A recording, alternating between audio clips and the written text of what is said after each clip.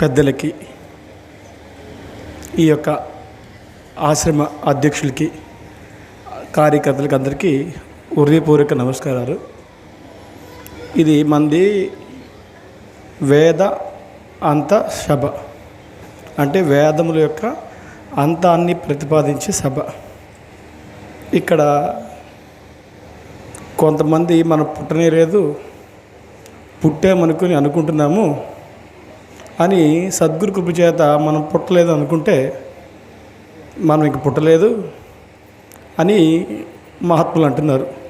ఇంకో మహాత్ములు ఏమంటున్నారంటే మన పుట్టడానికి కారణం ఉంది, ఆ పుట్టడానికి కారణమైన దాన్ని పరిశీలించి పరిశోధించి దాని యొక్క కుకుడు వేరుని తీసేయమంటున్నారు. ఆ మహాత్ములేమో అలా అంటున్నారు, ఈ మహాత్ములేమో ఇలా అంటున్నారు. ఎరుక యొక్క కుకుడు వేరుని ఎరికి త్రవ్వితే చాలు అని ఒక మహాత్ములు అంటున్నారు, ఒకరేమో పుట్టలేదు అంటున్నారు.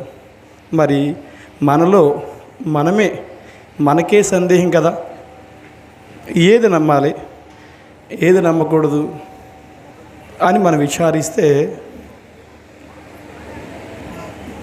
ఈ దేహమే దేవాలయం, గురుడు దేవుడు వేరు, పరిపూర్ణ వేరు, బట్టబయలు వేరు కాదు. గురు బ్రహ్మ అనే శ్లోకాన్ని మనం విశదీకరించినట్లయితే గురుడు, అందుకే మనకి సద్గురు పరబ్రహ్మనే నమ్మంటాం. మనం పూజ చేసేటప్పుడు సద్గురు పరబ్రహ్మనే నమ్మంటాం, అంటే గురుడు పరిపూర్ణుడని. అందుకే దీక్షలు వారు ఏమన్నారంటే శరీరం వేరు పరిపూర్ణం వేరు అని ఏ పశువు అనడు. పశువులు మాత్రమే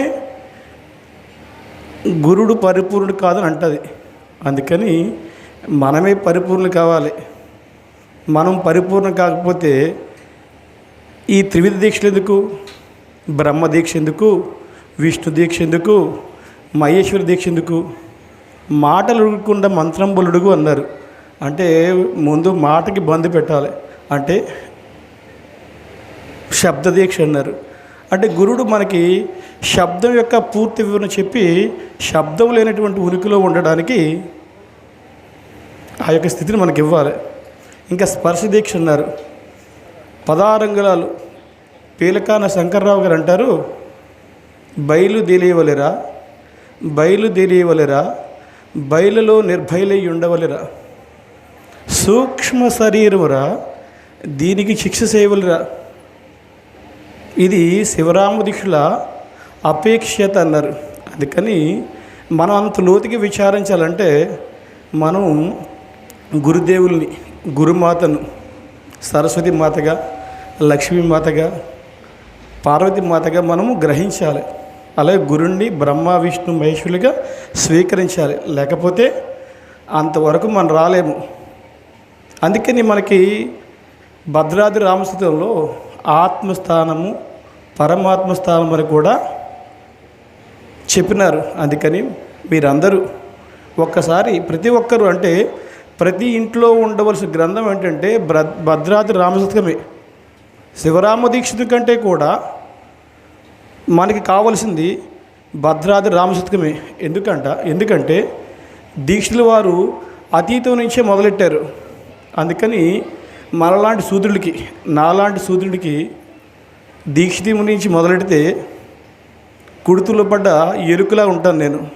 అందుకని దానికి మన పెద్దలు సీతారామస్వాములు, వారి సహోదరు నరసింహదాస్ గారు భద్రాద్రి రామస్వామి గారు ఇచ్చారు. కాబట్టి ప్రతి ఒక్కరూ ఆ గ్రంథాన్ని మొదటి నుంచి తుది వరకు విచారించి, అందుకే అనంతకోటి జన్మానం ఆత్మజ్ఞానం లభ్యతే. మనమందరము ఆత్మజ్ఞానం కోసం వచ్చాము. ఆత్మ అంటున్నారు, పుడుతుంది అంటున్నారు, చస్తుంది అంటున్నారు. ఎక్కడి నుంచి పుడుతుంది, ఎక్కడ పోతుంది, దాని యొక్క కథ ఏంటిది అని దాన్ని మనం పరిశీలించడానికి వచ్చినాం. అందుకని దాన్ని పరిశీలించాలంటే దాని యొక్క స్వస్థాన, స్వభావ, స్వరూప, స్వలక్షణాలుగా విచారించాలి. అందుకని ఎరుక యొక్క స్వస్థానం దగ్గరికి వెళ్ళాలి. దానికి పెద్దలు చెప్పారు, బాట తెలియకున్నా బహుదూరమైతోచు, చోటు తెలియకున్నా చూపు నిలదు, కోట గుమ్మమెక్కి కుదురుగా చూడరా విశ్వదాభిరామ వినురా వేమన్నారు. అందుకని ఎరుక తనకు తా విడిపోదు. అంటే ఆత్మ తనకు తా విడిపోదు. ఆత్మను విడిపించలేరు ఈ ప్రపంచంలో ఎవ్వరు. దాన్ని విడిపించాలంటే విడిపించుకునే గుణం మన దగ్గర ఉండాలి.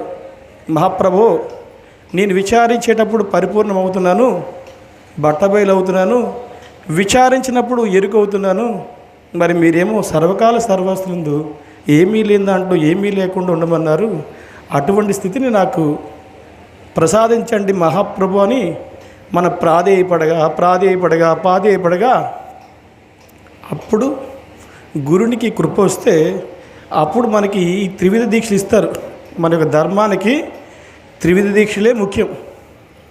ఆ త్రివిధ దీక్షలే మనం చెప్పారు. కోడిగుడ్డు పెళ్ళైనట్లు, అలాగే పురుగు తుమ్ముదైనట్లు, అలాగే చినుకు ముచ్చింబైనట్లు. దీన్నే శబ్ద దీక్ష అని, స్పర్శ దీక్ష అని, ద్రష్ట దీక్ష అన్నారు.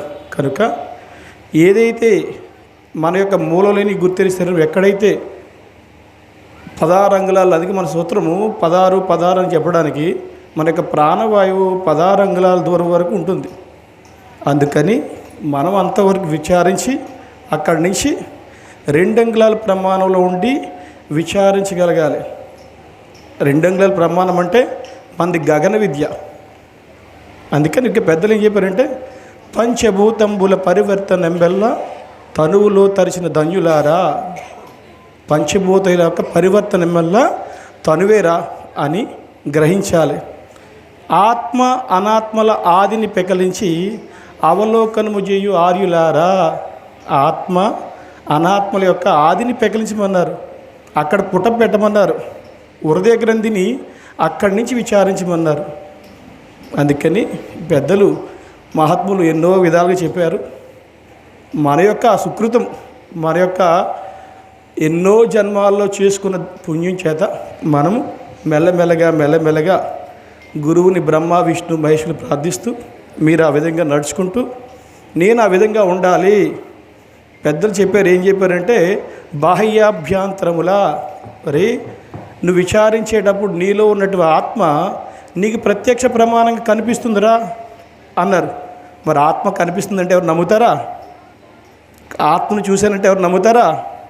మరి చూస్తూనే ఎరుగు పారిపోతుంటున్నారు కదా. మీరు ఎరుగా నువ్వు ప్రత్యక్ష ప్రమాణంగా చూపిస్తున్నానరా, ఇదిగో చూడు అని అన్నారంటే ఎంతవరకు విచారించాలి?